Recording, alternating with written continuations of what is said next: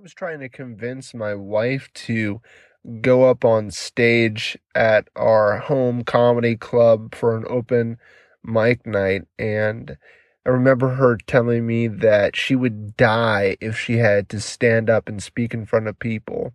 And of course, she was exaggerating, but when I was going to school for communications, I had a public speaking teacher who had cited a study where participants ranked public speaking to be more frightening than death.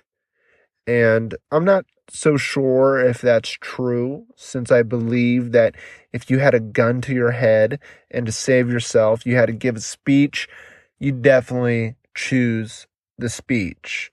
And nonetheless, I do understand that people have an immense fear of speaking in front of groups of people, and it seems like that's a theme to most people. And a explanation that I heard from a comedian was this idea that from an evolutionary point of view, uh, you wouldn't be speaking in front of large groups of people unless you were the chief of your tribe or begging for your life. And that's something that we don't really understand. But when you were in a tribe, and if you did something against someone else, if you stole something, or if you hurt someone else, or if you weren't pulling your weight, they would kick you out of the tribe. And of course, humans as pack animals were much safer and better off when we're together than when we're isolated. So being kicked out of the tribe was basically like a death sentence. And unless you were the chief, you probably didn't talk to the whole group at large. And if you did, you were probably asking for some type of forgiveness. Now, is this true? I don't know. It makes a lot of sense. But then there's also the idea of public speaking calling too much attention to yourself. And during times of tribalism, it may be better to integrate than to stick out like a sore thumb. But nonetheless, we are in a different place than where we were before. And uh, speaking from the American context, there's never been a better time to speak your mind and to express yourself in a way that's authentic and honest, and hoping to contribute to the ideas, or to the building of ideas to move things forward. And when it comes to sharing your ideas, when it comes to speaking in public, air quotes, you've already done it. I'm sure if you're listening to this, you've already found yourself in life giving directions, or even a compliment, or even saying thank you to some stranger who holds the door for you. And the difference between giving directions, or a compliment, or saying thank you to a stranger, the only difference between that and public speaking is the difference, is the story that you create in your head about what a group of people or a person in front of you think about you. It's this idea of, what are they going to think of me when I express my ideas? Or what if I make a mistake? That story that we have in our head is what builds that tension when we go to speak and share in front of groups of people. And I have some tips when it comes to speaking that I've experienced over the years. And the first one is knowing what you're talking about. A prime example was my mom. My mom, she too has told me that she would rather die than to go up on stage and try to tell jokes, or try to tell a story. And I feel like she doesn't give herself enough credit, because I've seen her talk to many different people in varying sizes of groups of people. You at a party, you would just call it a group of people. From a public speaking perspective, you'd call it an audience.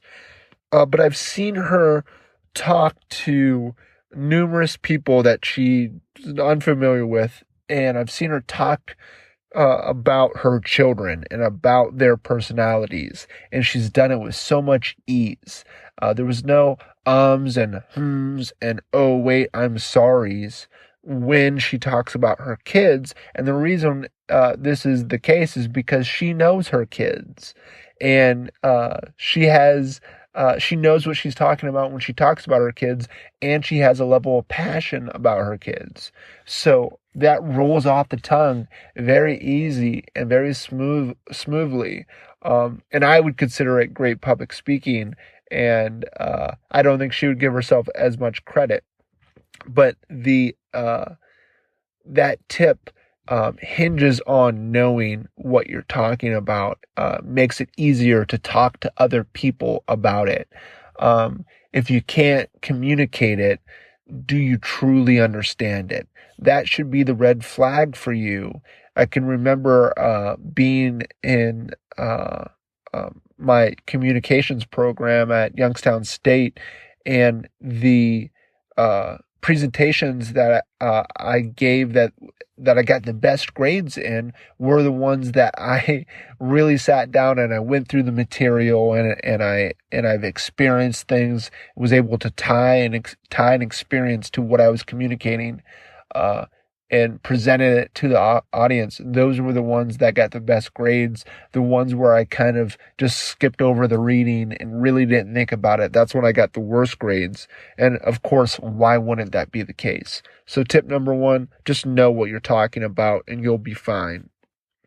And then the second tip that I have is just this idea that when you talk in front of a group of people in public, you're just talking at scale. It's no different than you having a conversation with a good friend, right? Just keep it one-to-one. If you are giving a presentation, and I'm recording this here in October, excuse me, recording now in October, and in this COVID-19 era, if you will, you're probably not being around large groups of people, hopefully. But when we do get this chance to go back and you start talking to people, use the ability that you have when you're talking one-on-one with a person, and just use that at scale. So an example would be to, if you're in front of a group of people, to look at the person or people that are right in front of you. As a comedian, the example would be someone who's in the front row, and just having eye contact with that person, and talking to them, presenting your material as if you're presenting it to them, right in front of you. Make it like a dialogue, and it makes it smoother, and it makes it seem much conversational to the audience rather than rigid and overly produced. So to wrap things up, I believe that people aren't afraid of public speaking because they're not good at speaking, but that they're afraid of what might happen if they call too much attention to themselves and make a mistake. Speaking to groups of people for close to a decade now, I can say that most people don't realize your mistakes as much as you think they do or will. And I've made a lot of mistakes that people didn't catch. And, speaking to groups of people isn't that much different than speaking to one or two people at a time.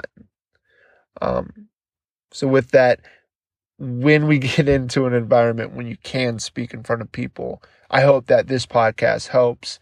I hope some of the tips are something that you could take away and implement. And And you can implement it now, even in the COVID environment, when you're having those one-on-one conversations with the people closest to you. Use it as an opportunity to practice what it means to be a public speaker. So with that, thank you for your attention. Thank you for your time. I hope you're staying healthy, staying sane. And until next week, have a great one.